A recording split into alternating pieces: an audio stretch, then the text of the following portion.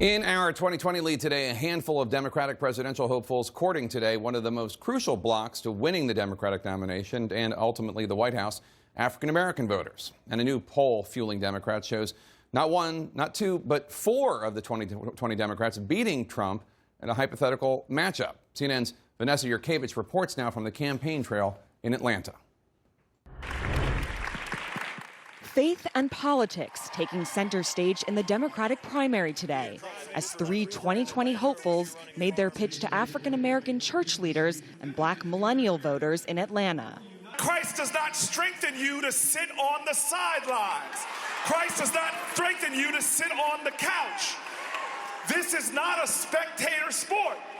Cory Booker joined today by Julian Castro and Pete Buttigieg, with Elizabeth Warren and Bernie Sanders speaking Saturday. Buttigieg, who has struggled to build support among black voters, hoping to make inroads with an electorate key to winning the Democratic nomination. I get why voters are cynical right now, because I think a lot of promises have been made. Promises have been made to black Americans, and they have not been kept. But the openly gay South Bend mayor also not directly addressing whether his sexuality might add to the challenge of winning over some black voters. Do you think that black voters of faith may have a difficult time connecting with you, particularly because some may have very conservative religious or moral beliefs around homosexuality? I think the biggest thing on the minds of black voters and all voters is what difference our candidacies will make in their lives. A new Fox News poll shows Joe Biden maintaining his front-runner status with 31% support, with Elizabeth Warren surging into second at 20%. She's followed by Bernie Sanders at 10% and Kamala Harris at 8%. All four Democrats also lead President Trump in potential head-to-head matchups, with Biden holding a 12-point advantage. This as Beto O'Rourke rolls out a new plan to combat gun violence, proposing a mandatory buyback of assault-style rifles and a national gun registry. It comes in the wake of the mass shootings in Dayton and O'Rourke's hometown of El Paso. I owe my family, my community, my country, my very best. Now, tomorrow, Elizabeth Warren and Bernie Sanders will take the stage just behind me to make their pitch to church leaders and black millennial voters here. And the two candidates, Warren and Sanders, are among the top in terms of polling with African-American voters. And tomorrow, Jake, they will continue to try to make inroads with this very critical electorate of African-American voters needed to win the Democratic nomination. Jake? All right, Vanessa, thanks so much. Appreciate it. Laura, let me start with you. You know, it's complicated, I think, why African-American voters have not yet come to like Pete Buttigieg the way he needs them to. But one theory is just that black Democrats are actually more moderate than white Democrats, and Biden is the more moderate candidate. Well, I think right there's two things. So the reason I think that Biden looks as though he has more support amongst black voters is because that older black voters are polled more heavily than younger black voters. And so because they turn out more. Older voters in general. Right, yes. Yeah. Although numbers from 2018 suggest that millennials turned out more than baby boomers and those older than baby boomers. So if that trend line keeps in 2020, then younger voters could potentially surpass older voters. But young millennial voters, whether they're black or they're Latino, are trending much more towards candidates like Warren and like Sanders. And Buttigieg is a bit in the middle, so that is possibly why he's having difficulty, because he's trying to pull from both and not really energizing either of those two segments. What do you make of the theory that African-American voters are generally more conservative on social issues and may not embrace an openly gay candidate like Mayor Pete? I think there's a lot there anecdotally, but what we're also seeing is African-American voters, the older generation, thinking, who will other people vote for?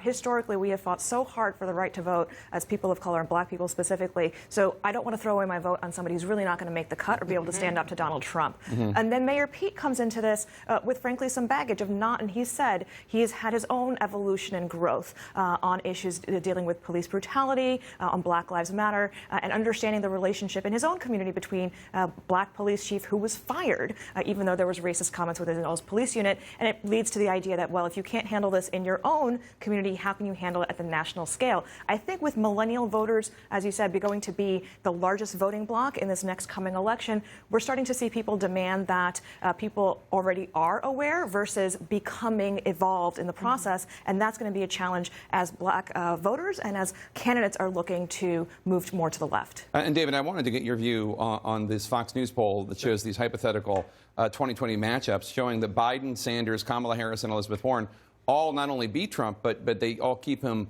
below 40%. Now, again, it's August. Right. It's 2019. We are several lifetimes away from the election. And again, I'll just say, like, numbers, when 2016, during the election, we were at 39% when Trump won Pennsylvania.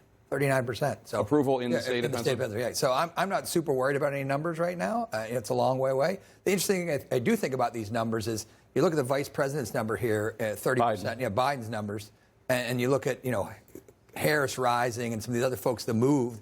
Warren rising and some of the other folks moving. You got to question when those people start dropping out of the race. Where do those votes go? Do they go to Biden or do they go to Warren? Does her numbers continue to surge? Like, who's going to be the beneficiary of a narrower field? What do you think of that? Because we had one dropout this week. Hickenlooper might run for Senate.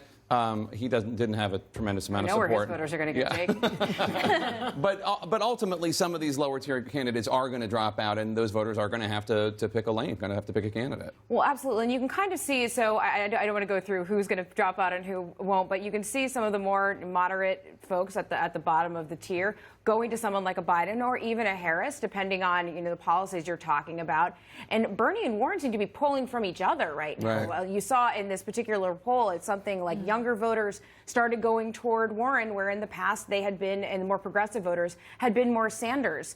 And that could be for any number of reasons. We were talking about at the break what a good retail politician Elizabeth Warren is and how good she is at explaining her policies versus Bernie Sanders, where the New York Times did this whole very funny piece at the Iowa State Fair where Bernie Sanders didn't talk to anybody because that's not his style. So, and what he's saying isn't fresh in the same way. It's very similar to what Elizabeth Warren is saying, but it's not new anymore. Right, because he did it in 2015. The Beto voters, Julian Castro, where do the progressives go when it's all said? Well, I mean, as you're suggesting, Sanders and Warren, I suppose. We're seeing the rise of the blue no matter who, because every single one of these in the Fox News poll, the Trump's favorables were really low. Okay, everyone stick around. Up next.